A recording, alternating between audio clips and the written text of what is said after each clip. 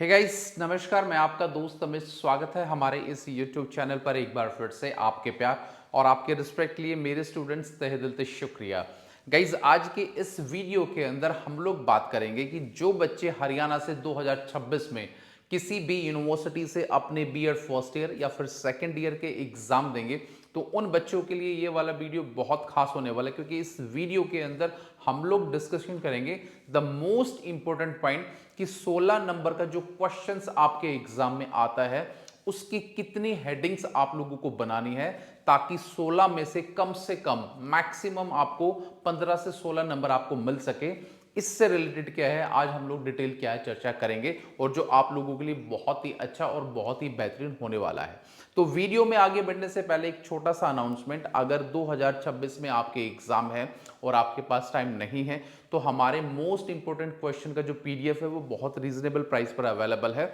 उससे सारा सिलेबस आपका कवर अप हो जाता है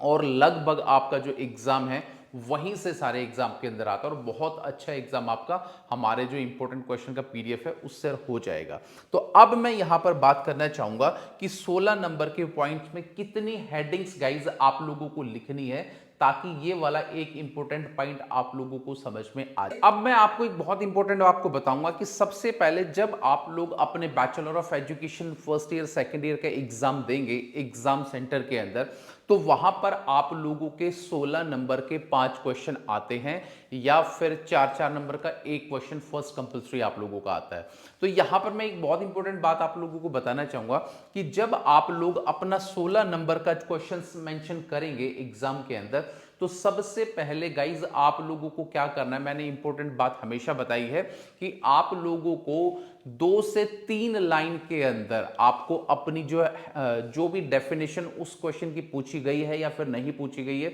वो डेफिनेशन आप लोगों को मेंशन करनी है 2 से 3 लाइन के अंदर। उसके बाद जब आप लोग क्वेश्चन को इलेबोरेट करेंगे, तो जितने भी पॉइंट्स आप बनाते हैं, तो यानी कि 16 नंबर के अंदर आप लोगों को मैक्सिमम कम से कम 13 से 14 पॉइंट्स क्या है गाइज आप लोगों को एग्जाम में बनाने हैं। उन 13 से 14 पॉइंट्स बनाने के जैसे ही आप पॉइंट्स बनाओगे, तो उससे पहले जो भी पॉइंट्स आप बनाओगे, तो वो आप लोगों को डायग्राम के माध्यम से देखिए गाइज, ये बहुत ही इंप्रेसिव चीज है। अगर आप किसी प्रकार का डायग्राम बनाते हैं और उन पॉइंट्स को पहले ही हाईलाइट आप अगर कर देते हैं अपने आंसर शीट के अंदर, और उसके बाद जितने भी 13-14 पॉइंट्स आप लोगों ने बनाए हैं, और उनको आप कम से कम 2 या 3 लाइन के अंदर इलेबोरेट करेंगे। जैसे आपने डायग्राम बना दिया, डायग्राम के बाद जब भी आप उन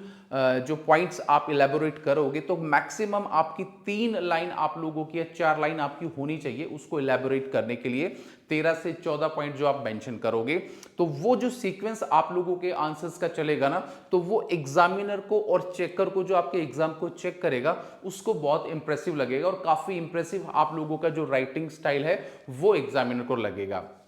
पहले आपने डेफिनेशन लिखी, उसके बाद जितने भी पॉइंट्स आपने मेंशन करे उसका डायग्राम बनाया, और 3 से 4 लाइनों में जितने भी 13 से 14 पॉइंट्स जो आप लोगों ने बनाए हैं, वो धीरे धीरे धीरे आप लोग क्या उनको मेंशन करते चलेंगे। अब यहां पर बात आती है, जब ये इस प्रकार की सारी चीजें आप मेंशन करेंगे, तो उसके अंदर आप लोग कोई भी, मतलब जैसे सपोज करो कि आपने मेंशन कर दिया, मेंशन करने के बाद किसी अगर क्वेश्चन में अगर कंक्लूजन पूछा गया है या नहीं पूछा गया है, उस बात को आपसे कोई लेना देना नहीं है। सिर्फ आप लोगों को लास्ट में अपना जो कंक्लूजन है वो भी 16 नंबर के क्वेश्चन में आप लोगों को मेंशन करना है। तो कुछ ये जो इंपॉर्टेंट पॉइंट्स मैं आपको बता रहा हूं कि कैसे आप लोगों को डेफिनेशन लिखनी है, कितनी हेडिंग्स आपको बनानी है। अगर सपोज करो कि किसी पॉइंट की सब हेडिंग भी है, तो वो मैक्सिमम उसकी 2 या 3 सब हेडिंग आप लोग बना सकते हो, या 2 या 3 ज्यादा से ज्यादा आप लोग उसकी सब हेडिंग मत बनाना, क्योंकि फिर क्वेश्चन आपका बहुत ज्यादा लेंथी और बहुत ज्यादा बड़ा हो जाएगा। क्योंकि 16 नंबर का जो क्वेश्चन हम लोगों के एग्जाम के अंदर मेंशन करना होता है,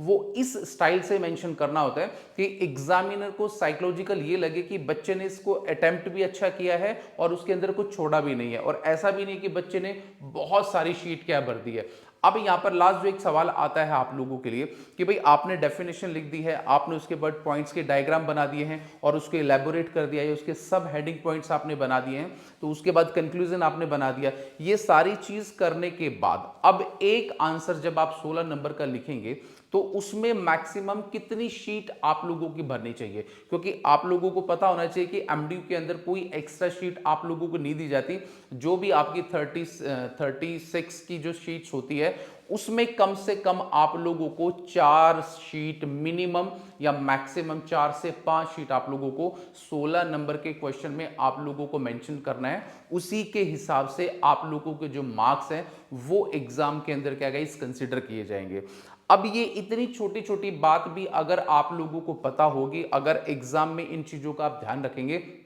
तो दुनिया की कोई ताकत नहीं गाइस कि आपके एग्जाम में कम नंबर आपके आ जाए। तो ये बहुत इंपॉर्टेंट हो जाता है कि जब आप 16 नंबर का क्वेश्चन को मेंशन करते हो तो एग्जामिनर के साथ आपको कंधे से कंधा मिलाकर चलना होता है, क्योंकि वही आपके नंबर काटेगा और वही आप लोगों के नंबर देगा। कई बार बच्चे इस प्रकार की कंप्लेंट भी करते हैं, सर मैंने एग्जाम बहुत अच्छा लिखा और मैंने सारी शीट भरी, पर फिर भी एग्जामिनर मेरे हिसाब से जो है ना नंबर नहीं दिए। सपोज करो कि 80 में से एग्जामिनर आपको 40 दे दिए, 45 दे दिए। अगर आप सही ढंग से अपने एग्जाम्स को मेंशन करोगे ना तो 80 में से गाइज मैंने बच्चों के 75 to 76 नंबर भी क्या है